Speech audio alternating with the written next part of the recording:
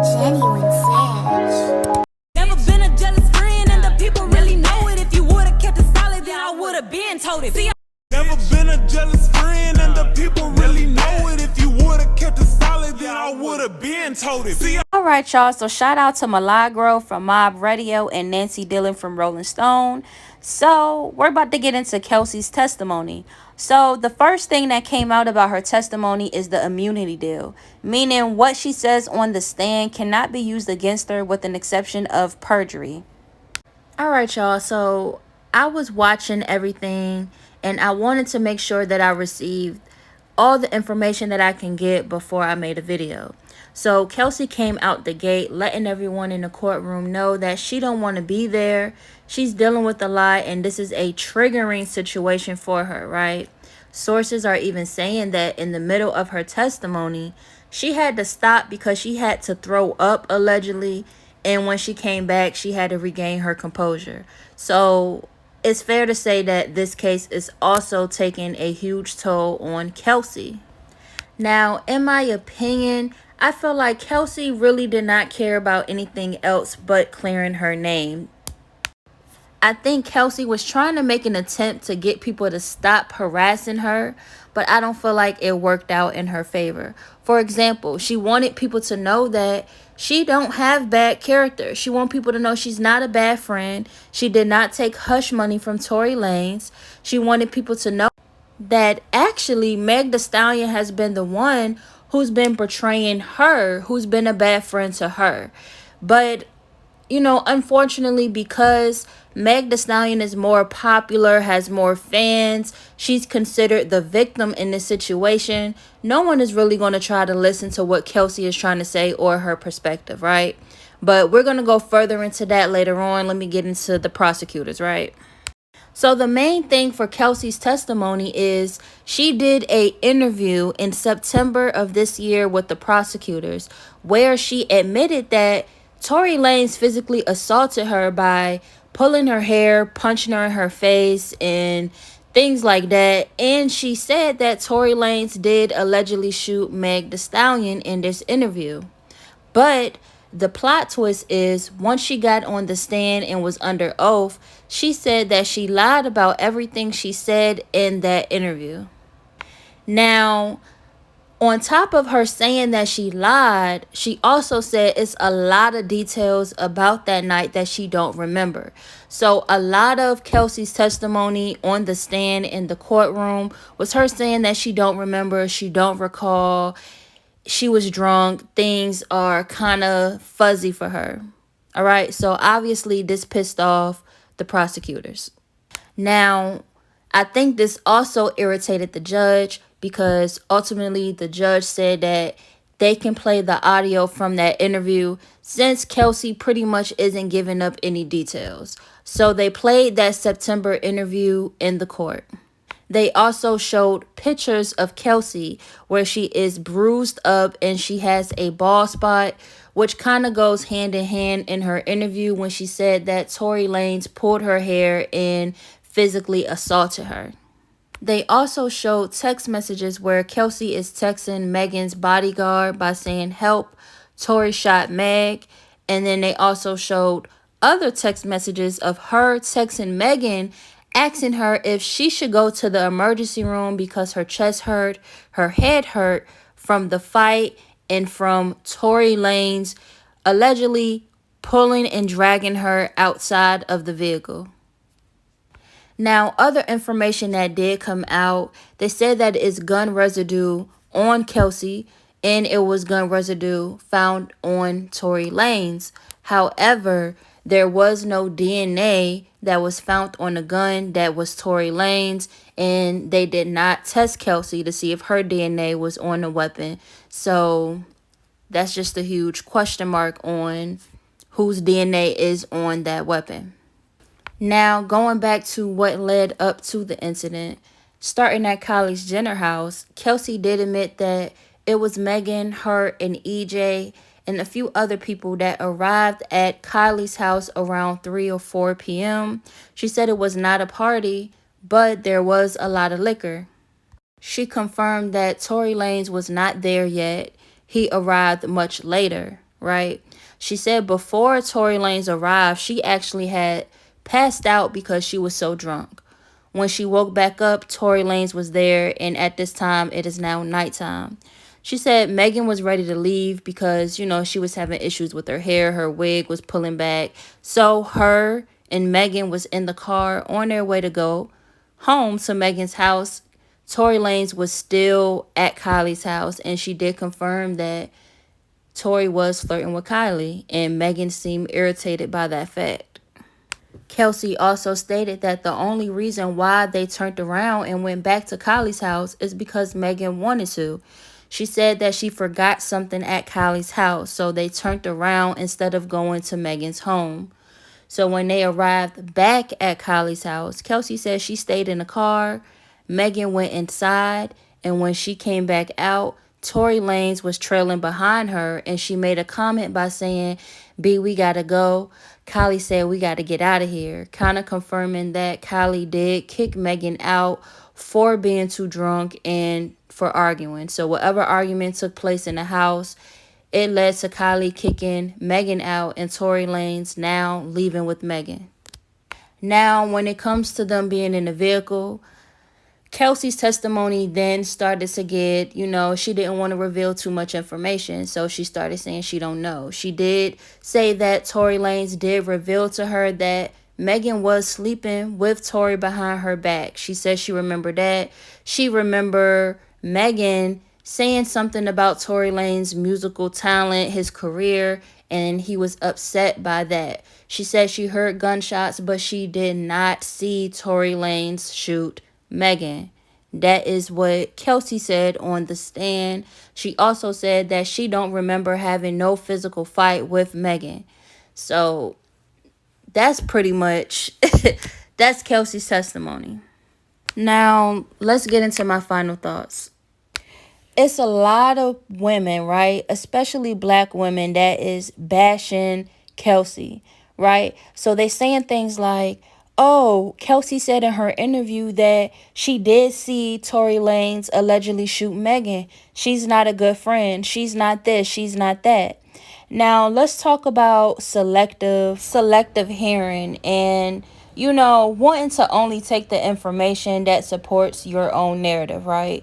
Now, people screaming, "Protect black women this, protect black women that," and everything that Megan has done, even when it comes to her lying, her inconsistencies, even when it comes to just anything up to this point, it has been excused because she is considered the victim, right?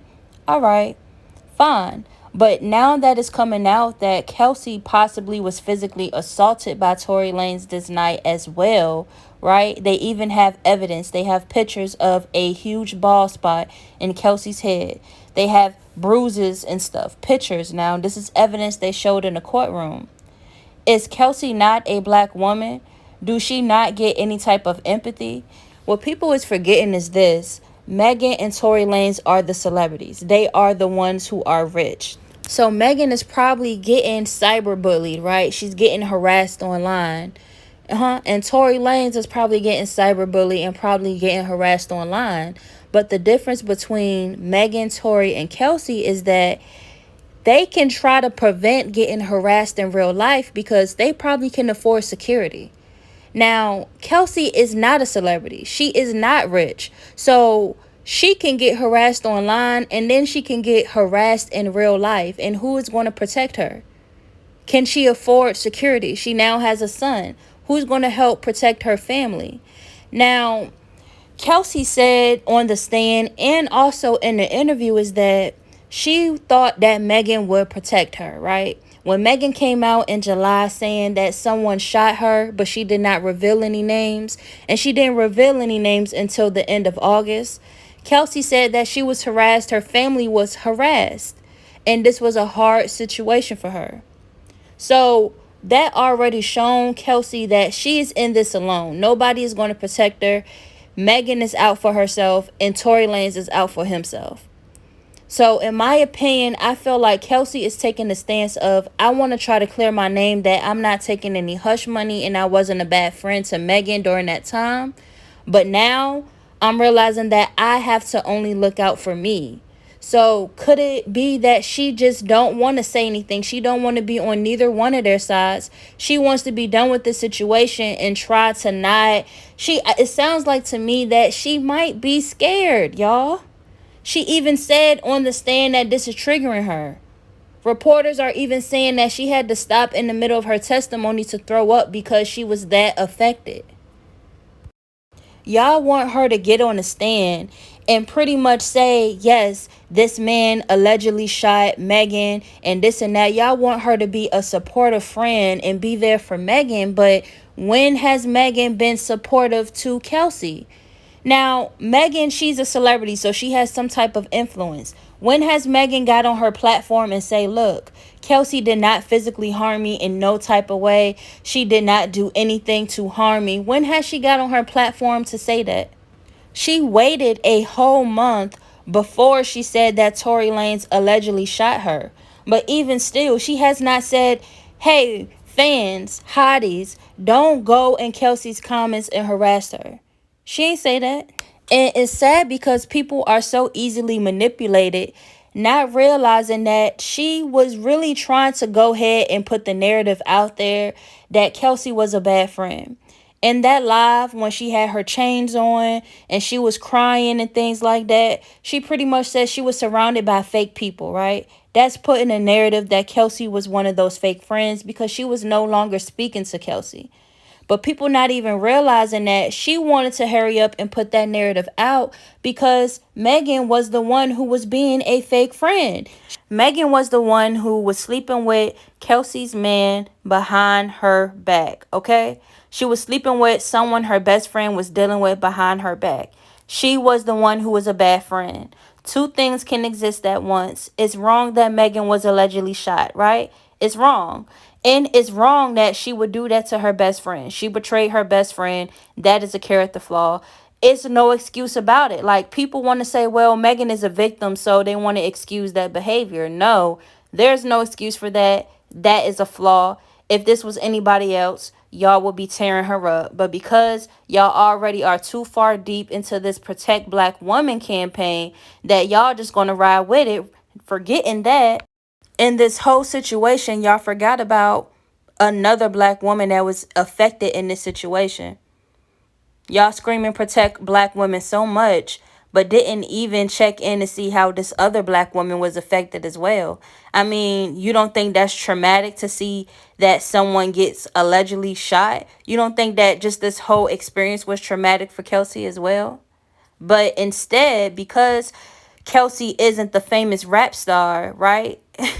Y'all want to mute her. That's why I want to call y'all out, because it's fake. Y'all fake for that, and it ain't right. But anyway, I say all that to say this. I can see things from all perspectives. I can see why Kelsey is like, I'm not going to stand and I'm not going to risk my life and I'm not going to do all this for someone who couldn't even post a tweet saying that my best friend did not do anything to me. Someone who could not or did not protect me while I was being harassed by her fans. She's not doing that no more. She's not taking anyone's side. She's taking Kelsey's side, and I don't blame her. Like I said, these are two celebrities who have things to lose and want to save face. So they doing a whole bunch of scheming and they just doing a whole bunch of everything, right? Kelsey don't want to have nothing to do with nothing. She's saying, I don't remember. Leave me alone. I want to go home. Now, with the evidence and everything going out, in my opinion, I feel like Tory Lanez did allegedly shoot Meg Thee Stallion. In my opinion, yes, I feel like he did it. I'm going to be honest. I feel like Megan was telling the truth about that. But I feel like she did. But I feel like she did lie about everything else because she was acting a fool. She did not want no one to know that she betrayed her own best friend. She was embarrassed that she was drunk, acting up and jealous over Tory Lanez flirting with Kylie and not wanting to go home with her, ending up with her getting kicked out. She did not want any of that information to be out. She just wanted to say that Tory did this, but did not want to say her part in any of it. The public bought it up. They ate it up because the public wants to jump on any type of wave, any type of campaign. They just want to be a part of something. So they're like, oh, protect black women. Oh, okay. We're going to scream protect black women, even though we're trying to silence the other black woman that was affected in this situation. So actually, it's not protect all black women, it's just protect the black woman that's more popular, that's my favorite artist, right? And what y'all not understanding is Megan has capitalized on the protect black women movement. Like, what foundations has Megan started for victims who's been physically assaulted by men? That's what I want to know. What groundwork Megan has done for other black women when it comes to protect black women, except for when she only want to scream it when she's selling music, when she only want to scream it when more details is coming out about the situation. She only want to scream it out of spite for Tory Lanez, but what about the other victims if it's really protect all black women? And that's what I'm saying. Like, it does not come off as genuine to me. So when I say a few things can be true at once, yes, it is. I keep on saying this. It's wrong that she was harmed that night. It's absolutely wrong that she was harmed. But if she's going to scream it when she's performing and all this other stuff, like she is now the poster girl for Protect Black Women, this is something that she stands behind, then do it when it's not going to benefit you. That's when you know somebody is genuine. Not doing it when you only promoting your music. I'm saying if you're standing behind a movement, it's something that you believe in because you went through it yourself. You do it when it's not going to benefit you at all. Meaning doing groundwork, like her meeting up with actual other victims. It's things like that. Not just, okay, well, I'm going to give money here and then that's it. And then I'm going to have them, post it in the blogs. And no, I'm saying if it's something that's really true to your heart because you went through it, it means really working with other black women who's been affected. It means really being out there in that field and doing something about it. So if you want to be the poster girl for Protect Black Women, do it when it's not just going to benefit you. Okay? That's what I'm saying. Like I said, y'all, I knew from the jump that the whole Protect Black Women was just something that she can capitalize off and help with her own career and her own reputation, because how she did her own best friend, who is also a black woman. I sat there and I watched it played out. She sat there on that live and said Tory Lanez was the one who allegedly shot her. So it did not make any sense why she could not even make one tweet to give some type of protection to her ex-best friend by telling people to lay off of her. Like I said, Kelsey can't afford to get security. She's not the celebrity, meaning she has to walk around and she can be going to Walmart and somebody can run up on her thinking that they're defending Meg Thee Stallion because they looking at it like, well, Meg didn't say that you ain't do nothing to her. Meg didn't say that you was a good friend. Meg didn't say this. Meg didn't clear your name. So, it's up for you. So that's just my whole point. That's when I knew that it was fake, because she couldn't even give protection to the black woman that she was cool with and was like a sister to her from her own words. She couldn't even do that. She couldn't even just do a tweet for her. So that's how I knew it was BS, that she don't give a fuck, excuse my language, she don't give a fuck about other black women. She only care when it's beneficial to her. Period. That is it. That is all. So y'all tell me how y'all feel about what's going on. Me personally, I'm tired of hearing about the case.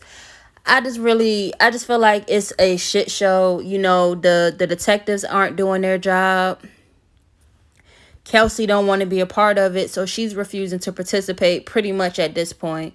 Megan showed inconsistencies to her story. The only thing that she wants to be that I feel like she's being truthful about is the alleged shooting. Everything else, I feel like she's lying about because she takes me as a fake person. All right? She's a fake person. She can't even admit any of her wrongs in the situation, and that's how I knew that she's not one who can be trusted. But like I said, if this is just about the shooting and the shooting alone, yes, I feel like she's telling the truth about that. The details surrounding it, she don't want